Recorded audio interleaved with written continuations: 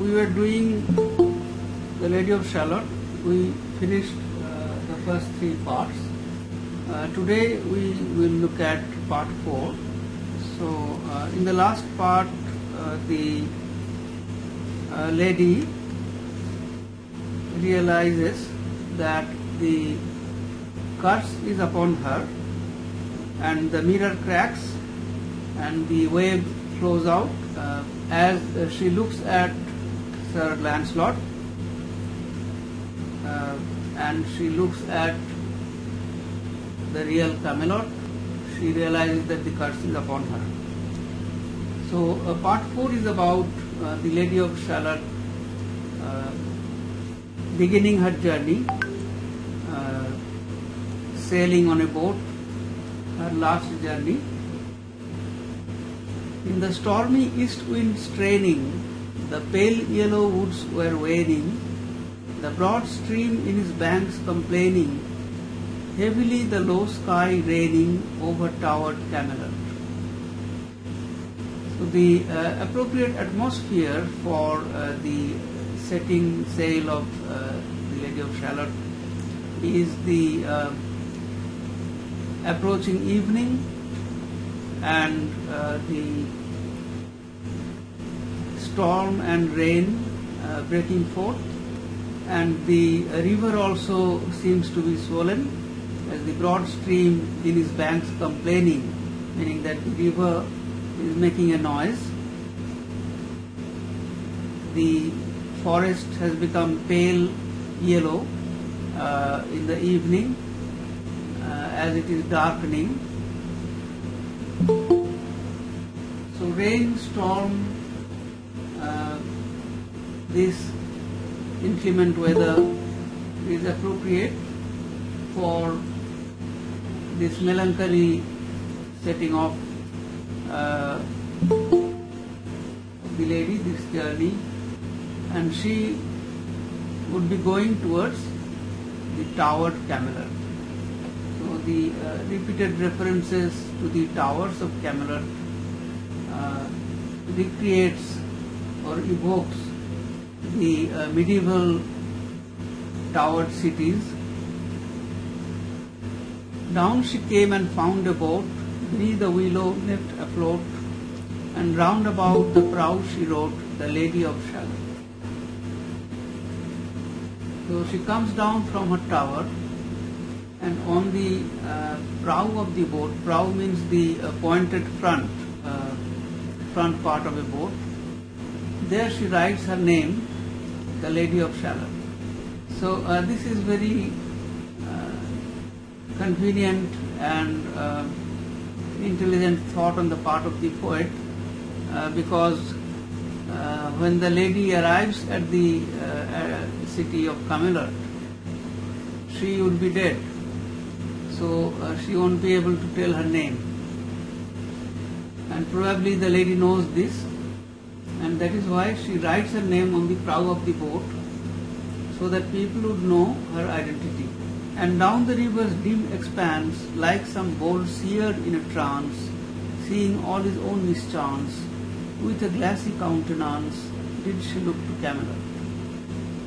The Lady of Shalott is being compared here to a seer or a prophet who knows his own misfortune, mischance. That is what is going to happen in the future. And the seer is in a trance because a prophet is inspired by some divine power, and in a trance-like state he can predict the future or foresee what is going to happen. So just as a prophet would know what misfortune awaits him in the future and look towards the future in a glassy way, similarly the lady here, she looks at her own mischance with a glassy countenance. Countenance means face. Glassy, I suppose it refers to her eyes, her vacant stare, because She is looking forward to her inevitable future. And at the closing of the day, she loosed the chain and down she lay. The broad stream bore her far away, the Lady of Shalott. So she begins her journey at the end of the day when the sun sets and it becomes dark. She loses the chain, that is the anchor of the boat, and the river carries her away. The current of the river takes the boat away, moves it forward. But bore her far away, the suggestion of the distance is not only romantic but also melancholic, and therefore the town of Camelot is also quite far, because the lady could ride the boat all through the night and will reach the town only in the morning.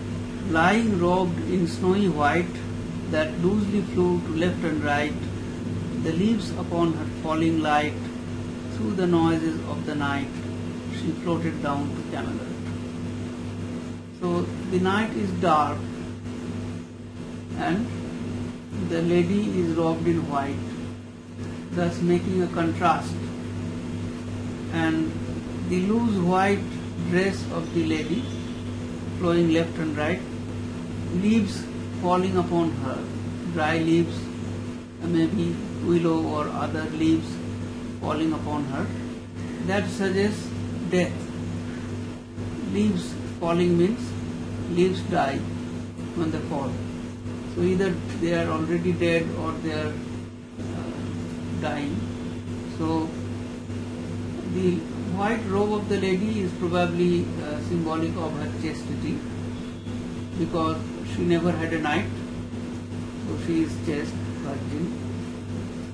And the white also provides a contrast to the darkness. And it is an immensely melancholic scene where the lady is very lonely and she sets out on her last journey and nobody is there to bid her adieu. And she moves through the noises of the night. The night has peculiar noises of its own. And as the boat had wound along the willowy hills and fields among, they heard her singing her last song, the Lady of Shalott. Who are they?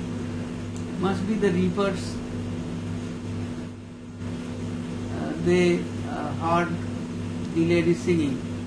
So they have heard her song a number of times, but this is her last song, like her swan song.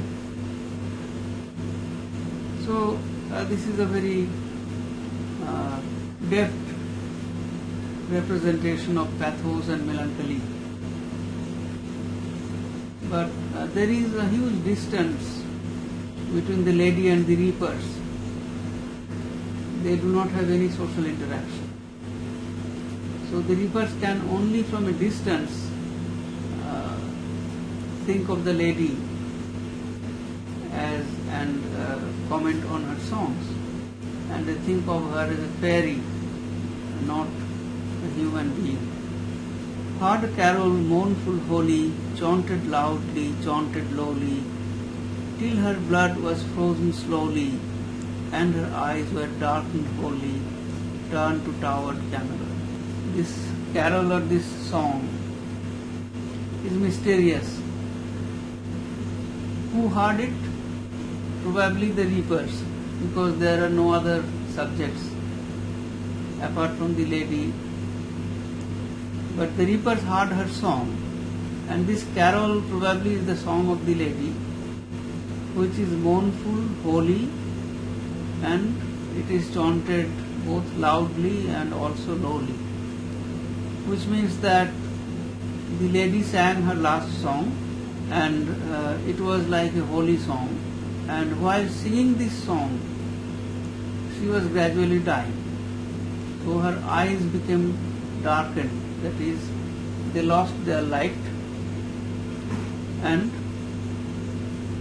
her blood was gradually frozen as her body was moving towards Camelot. For ere she reached upon the tide, the first house by the waterside, singing in her song she died, the Lady of Shalott. So, Tennyson marks the precise moment of her death when she reached the first house of the town. Then, singing her song, she died. So if the magic wave that she was making, that is a symbol of art, her song is also a symbol of art. So just before she died, she was singing, which means that she was still at her art. Ere means before. So just before she reached the first house in Camelot, she died. Under tower and balcony, by garden wall and gallery, a gleaming shape she floated by, dead pale between the houses high, silent into Camelot. So by the time the boat was going to the town of Camelot, on both sides there were towers and balconies, garden walls and galleries, and the gleaming shape. Why gleaming? Because of her white dress. It was looking very bright. The body of the lady floated by, dead pale. So the body was pale because it was dead, and silent. So there is something unearthly about this description. Silently a body moves into the town on a boat. So there is something eerie about it, something strange about it, something mysterious about it. Out upon the works they came, knight and burgher, lord and dame. So as the people came to know about the Lady of Shalott coming into the city, they all crowded to see her. They came upon the wharf, the jetty of the river. Knight and burgher, lord and dame means that people from all classes. Knight is aristocratic, burgher is middle class citizen, lord and dame they are aristocratic. So they all came, and round the prow they read her name, the Lady of Shalott. So they could not identify her, but they knew her identity only by looking at the prow of the boat where the lady had written her name. Who is this and what is here? And in the lighted palace near died the sound of royal cheer. So everybody had a question in mind about the identity of the lady. So they did not know her. So they kept asking, who is this person? Why is she here? What is here?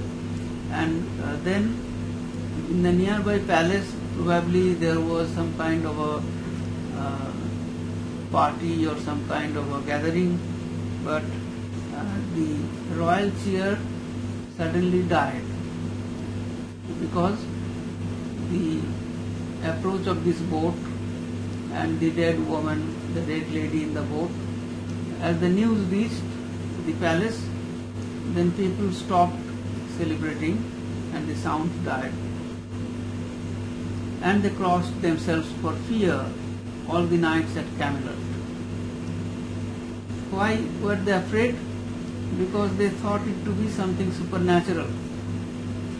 They were afraid. They realized that there must be some kind of curse, some kind of supernatural force at work. So they crossed themselves because they are Christians. And this is the kind of supernatural environment that Tennyson creates here, which we see in Coleridge, for example, the Ancient Mariner. When the sailors saw the people dying and the albatross, then they crossed themselves in fear. So the fear is an element which is appropriate in this Gothic story, this medieval story, which is based upon some unknown curse. However, Sir Lancelot provides a contrast because he is not afraid at all. But Lancelot mused a little space. Mused means thought, deliberated over some time. But Lancelot. The sentence begins with but, which suggests that the reaction of Lancelot is different from that of the other knights. So Lancelot mused a little space. He said, "She has a lovely face." So we were looking at the last stanza of the poem. So all the knights were afraid by looking at the Lady of Shalott or her body. Only Sir Lancelot reacted differently. He deliberated over this for some time and then said, "She has a lovely face." He said, "She has a lovely face. God in His mercy lend her grace, the Lady of Shalott." So praying to God that she may be accepted by God. So here we see that the knight casually says that the lady has a lovely face, which means that there is a probability that had there been an opportunity, the knight might have loved her. But since we have seen that the lady was so desperate to meet the knight, Sir Lancelot, that she left her tower knowing fully well that that would mean death for her, because the curse would come alive, and so she risked everything, including her life, for meeting the knight. However, the knight appears to be very dispassionate and only casually says that she has a lovely face, and this is in stark contrast with the lady's passions for him. Therefore, the lady's love for Sir Lancelot is one-sided, and the knight's appearance and the knight's approach appears to be very cold compared to the high emotion of the lady. So this is a story, therefore it remains a story of one-sided love or unrequited love. And in no conventional sense, this poem may be called love poem in the ordinary sense, because the poet does not prepare any dramatic context for this love to grow in the lady. So the knight appears on her mirror, and the moment she looks at the knight, she falls in love with him, and she risks her life and sets out on sail for meeting him, or sets out towards Camelot. Therefore, if it is not a story in the common sense of the term, if it is not a love story, then what kind of a story is this? We may say that the story cannot be literally interpreted. So whenever we try to interpret the story literally, then it appears to be inexplicable or far-fetched, ridiculous. So if we try to find the motive of the lady, why should she set out, knowing fully well that that would mean death for her? We do not have any explanations offered here in the poem, which means that we are not supposed to interpret this poem literally, but we are supposed to enjoy the ambience of mystery, the evocation of the Gothic atmosphere, the unknown curse, and therefore the consequent fear, the atmosphere of the fear of the supernatural that has been created in this poem. That must be the purpose of the poet, that the reader would enjoy such evocation of mystery and supernatural, and perhaps therefore the appropriate thing would be to interpret the poem symbolically. And if we try to interpret it symbolically, then the situation of the lady isolated in the tower, making a web or pattern which is an imitation of the reality reflected in the mirror, can be interpreted perhaps as an artist who is isolated or alienated from the crowd, from the people, from society, who lives in an ivory tower or in seclusion and works on his art. But this art is not devoid of a reflection of reality. So the artist tries to reflect reality. The Aristotelian theory of mimesis, the reflectionist theory, that art represents reality or imitates reality. But with the vocation of the artist, it seems that there is some danger, some inherent danger involved,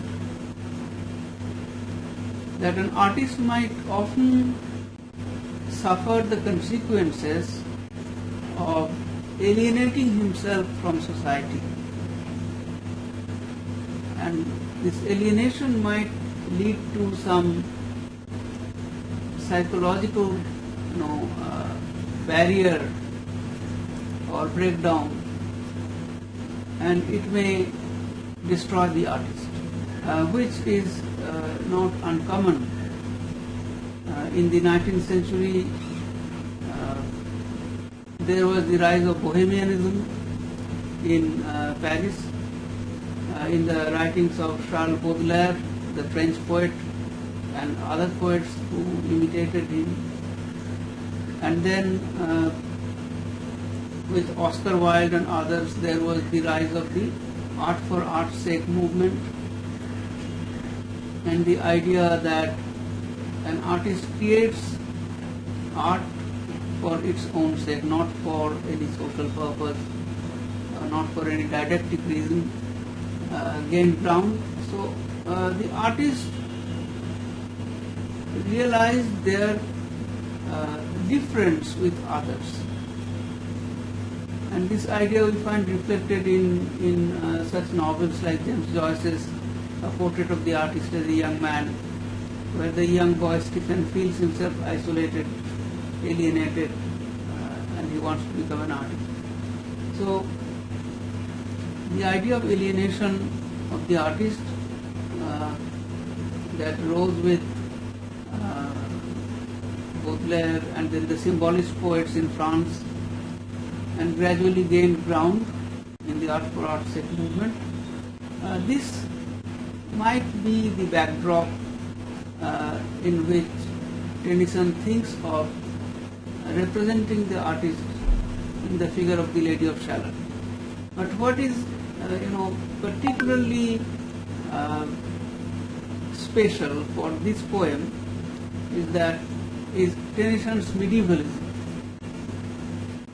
Now, that was something, we may say, some kind of an obsession with Tennyson.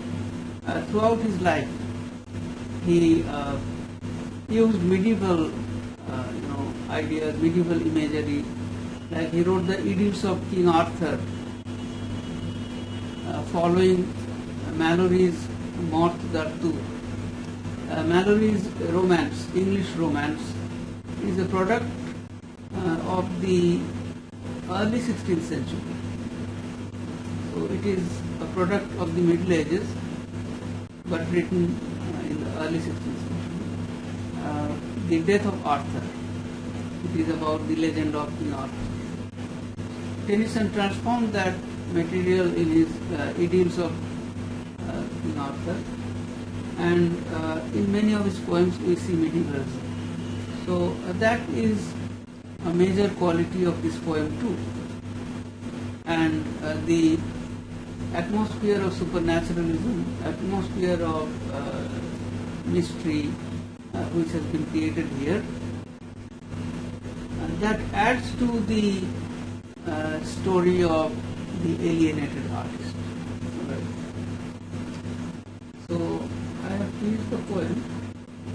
Now I will look at the questions. The Lady of Shalott presents a story of unrequited love.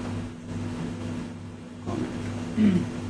So if we look at the poem as a love story, then it is a story of unrequited love, because we cannot totally neglect the way Tennyson suggests the love of the lady for Sir Lancelot. So Tennyson does not conceive this poem only as an allegorical or symbolic poem. So he also wants the reader to look at this, love story or this love affair, which does not fully bloom or does not find the scope of fully blooming because of the early death of the lady. But this innuendo or indirect suggestion of the possibility of full-scale love affair is tantalizing.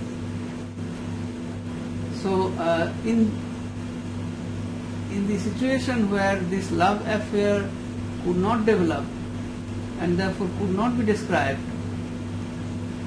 by mere suggestions, innuendos, hints, Tennyson makes the reader imagine this love story.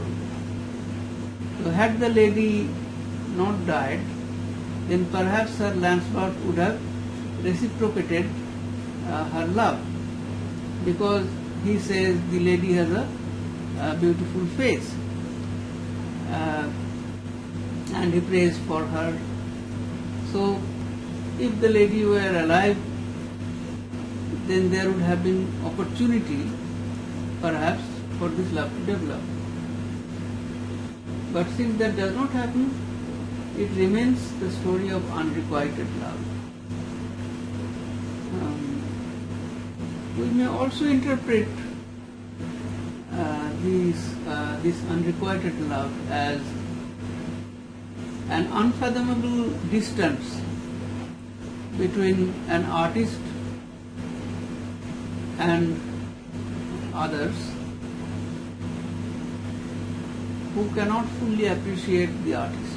The situation of the Lady of Shalott is like that of an artist who is not fully understood or who cannot communicate with others. So the artist's passion remains unrequited if others cannot fully appreciate what she stands for. So do you agree with this interpretation? So let us look at the other questions. Discuss how Tennyson evokes the Middle Ages in the Lady of Shalott. This is a simple question, but you will have to talk about the fashion of medievalism or Gothic, which popular in the Victorian period. And we have to talk about Tennyson frequently in his works using the Middle Ages or referring to stories of the Middle Ages. And in this poem, how he evokes the Middle Ages, how he recreates the towered city of the Middle Age by repeatedly referring to the four grey walls and four grey towers. And the towered medieval city looks like a fortress, and a fortress is difficult to breach, and the lady comes from outside. She enters the city, enters this fortress, and if we imagine that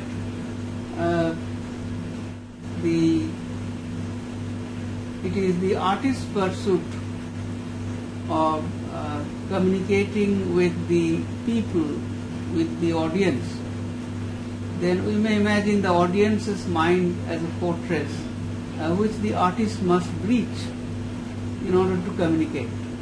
So with the imagery taken from the Middle Ages, with the evocation of the high towers and walls and gardens, we also have the characters taken as if from the book, from a book of the Middle Ages, like knights, the knight in shining armor, or the knights coming 2 by 2, riding their horses, and the burgher, the citizen, the page, the different characters which are evoked here, they are like taken from a romance of the Middle Ages. And so this is the outward appearance of the Middle Age which Tennyson recreates in this poem, but also the ambience of the supernatural,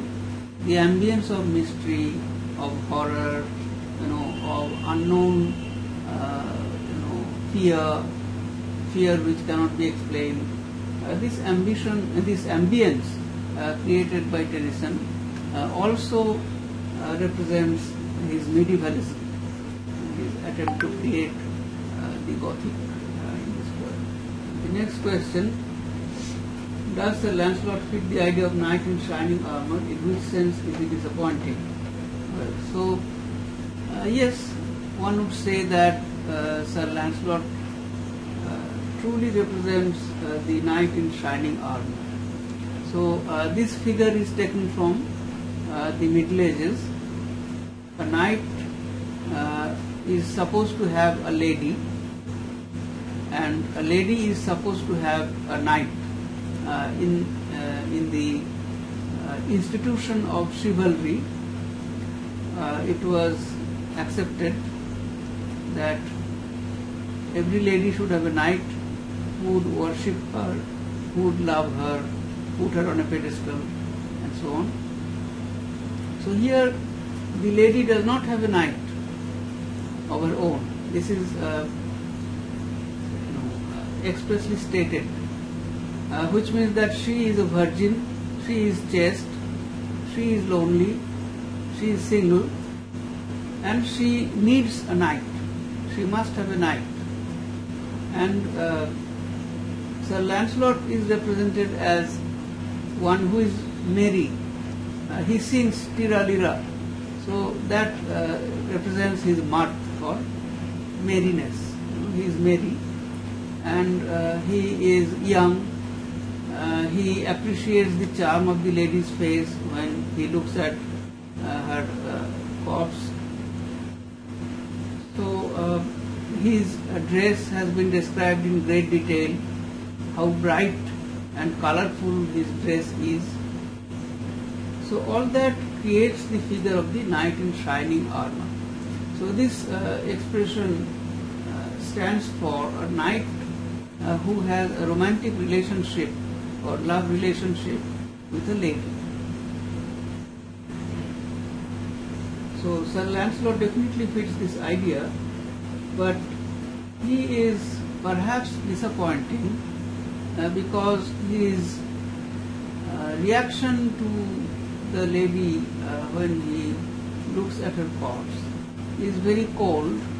When he merely mentions her beautiful face, but that does not fulfill the reader's desire of the reciprocation of the lady's love.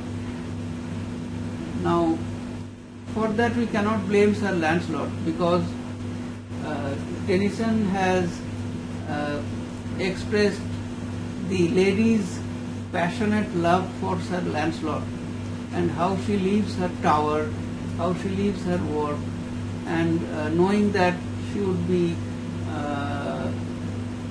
destroyed by the curse, she nevertheless comes out. So the reader is made to feel the height of her passion. But Sir Lancelot is not given any such scope, and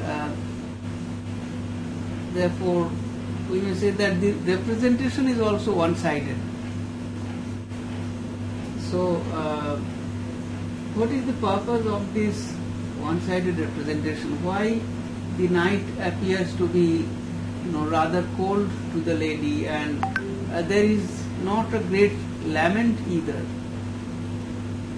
So neither the knight, neither Sir Lancelot nor anybody laments for the death of such a beautiful young lady.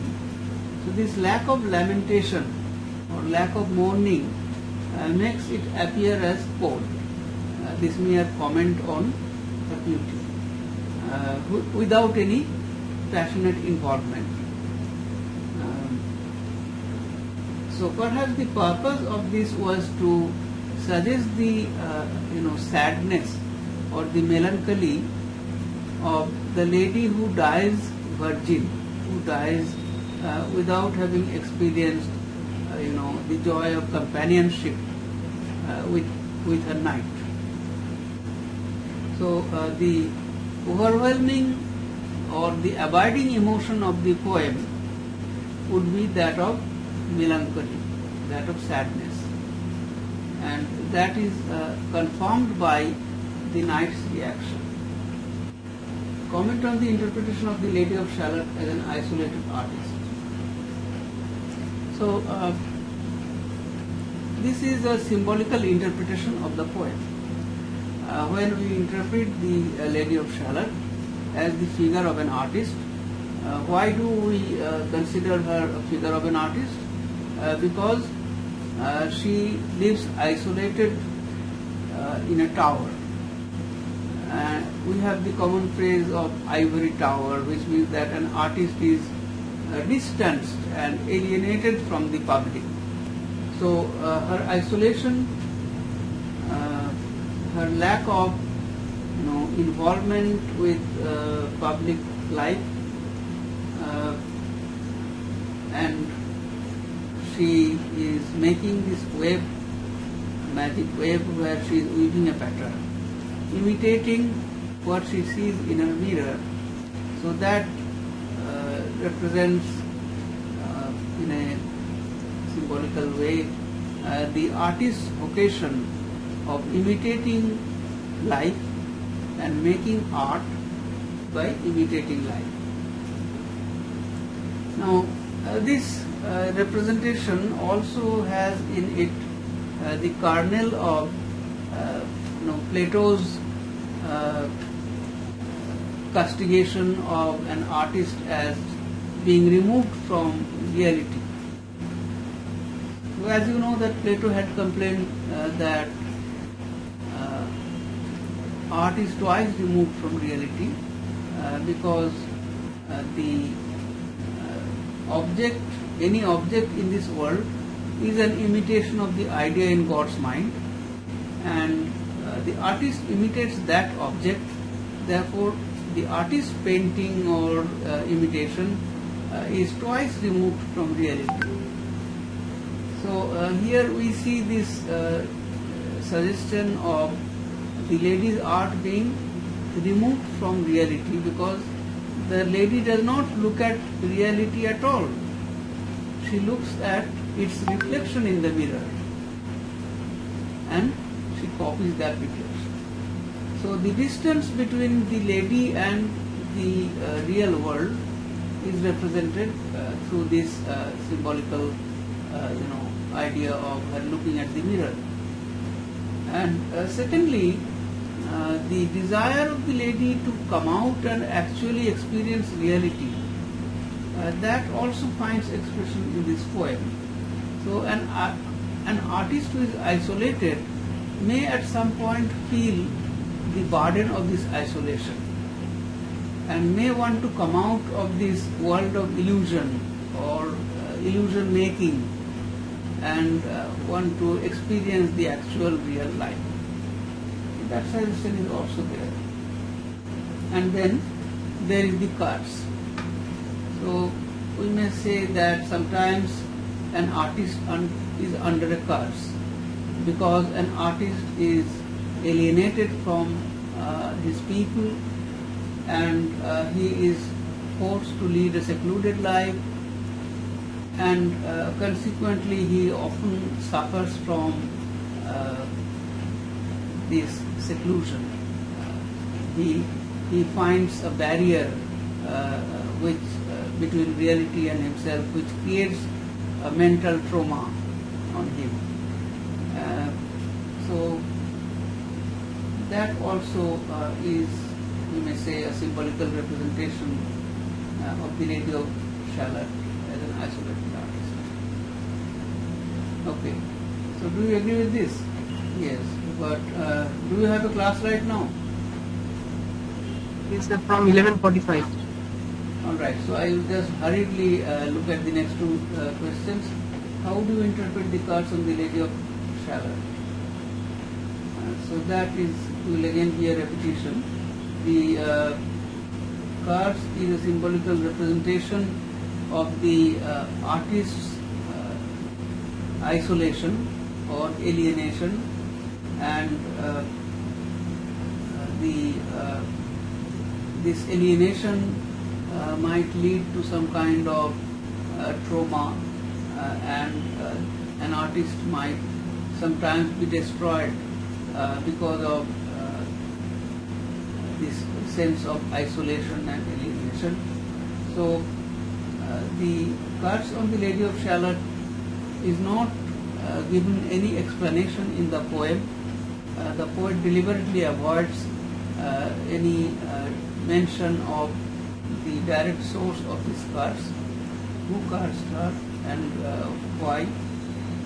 Therefore, we may suppose that the poet wanted to create a sense of awe and mystery and represent art as mysterious. Ordinary people may not be fully able to understand the mystery surrounding art, because the poet uses such terms as magic wave. So there is something magical about art. Which is more enigmatic in the Lady of Shalott, art or death? Death is an abiding theme in this poem, death and melancholy, and enigmatic means something that cannot be understood. So art, if we accept that this is a symbolical representation of an artist and his creation of art, then art is also represented as an enigma or a mystery which ordinary people do not understand.